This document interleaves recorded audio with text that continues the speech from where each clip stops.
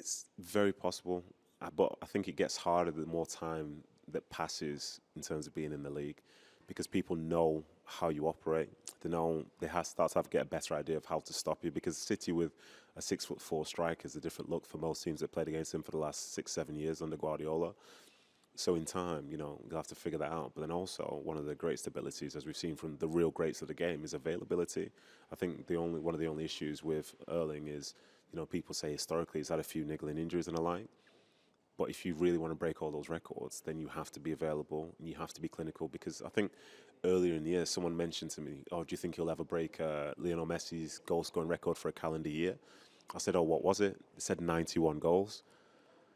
I thought, okay. And I said, "What was Ronaldo at?" Ronaldo was at 68.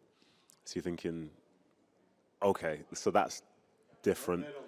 That's a different level. It's possible if he stays available and City stay dominant, but football's very difficult, especially in the second half of seasons where the things that you're playing for, you start to run out of time. And the moment you start running out of time, the teams you play against, the desperation kicks in, and things which maybe would have been easier in the first half of the season, all of a sudden a bit more difficult to grab hold of.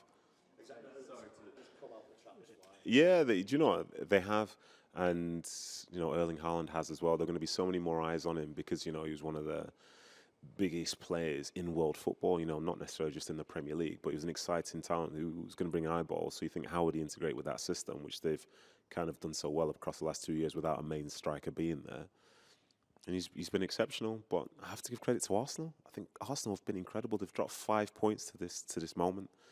And in those games, they've looked really good. I think this last weekend we saw them against Chelsea, away at Chelsea, and they outplayed them. They were sort of better physically, they were better mentally. It was really strange because historically, or in more recent years, you think, well, Arsenal have maybe got a bit of a soft centre. They didn't have that. They defended well, they attacked really well, and they were relentless. And you could see, like from the scenes after the game when they're all celebrating together, that that was a big moment for them. So I'm very impressed with them. Obviously, City are doing what they do. I think the result against Fulham, when they were down to 10 men but still controlled possession, was incredible. And it's weird to see Liverpool being near around the mid-table. And you always believe that this is the game where they kick back on, but they've not done it yet. But, if you were to be a betting person, would you bet against them in the second half of the season? I think it's been very entertaining seeing teams like Forest back in the Premier League as well and see how tough it is. It's very entertaining. And whatever we see now, there's no guarantee this is how it will finish. And I think that's what makes it so special. Exactly. And for me, the teams that have struggled are going to come back reinvigorated and Yeah. fresher, aren't they? Yeah, It's going to be a very interesting. it really is. It really is. There's no reason for hope to diminish in the middle of November. Especially when you have time, because coaches and managers will believe that they can get their team to play better. Like it's like a mini preseason for them, where they can mentally get them right, physically get them right, and tactically get them right. So this is a time to do it. And in some ways, it will probably benefit the managers more who don't have a ton of players on international duty, because they can really reset their minds with that. And then also, when the World Cup does happen, some people might be coming back with, say, a bit of emotional baggage because they lost, but some people might come back because they've won. And now they're coming back into a side whereby now it's time to push on to try and achieve everything that they can. So I think this year, although, the circumstances around it aren't the best, one thing that's been great is the fact that you just don't know. I think sometimes with football, when you just get into a position whereby you believe this is going to happen and it does happen, it kind of becomes a bit stale. But now, everything is possible, and I really enjoy that. Exactly. Do you know that as Ronaldo and Messi were doing what they were doing, we didn't really. It was impressive, but you don't really understand how impressive until you see people try and achieve it in their time.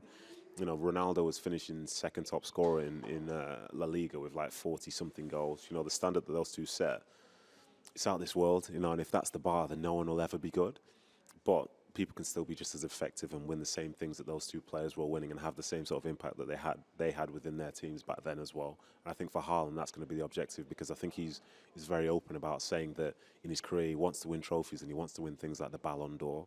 And best of all, what I like is that the people who've inspired him to do that are the likes of Ronaldo and Messi and alike. And he's seen that bar and he strives to be that. And even if he doesn't manage to hit those levels, maybe he's going to be scoring 40 goals a season.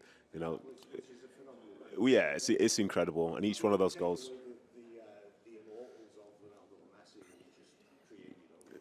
yeah, for a guy who's 22 years of age to be averaging basically a goal a game throughout his career is fantastic, and you think he's incredible. But then we always forget he's 22 years of age. Physically, he'll probably look very different in 5, 6 years. mentally and tactically be so much different in 5, 6 years as well. So the art of him, what he's got now as a foundation, is the type of thing which you could only dream of. See, I don't know the full context as to why they're possibly selling, but football in America is so interesting because there's an audience who only want to watch the MLS, and there's an audience who only want to watch European football and don't watch MLS. So it's not like they share the same sort of vision about the football itself. And that's a tough one to sort of crack because I played in the MLS, and there are tons of people who don't know anything about the Premier League, but they could tell you about, say, Austin's centre backs and all the places that they've been to.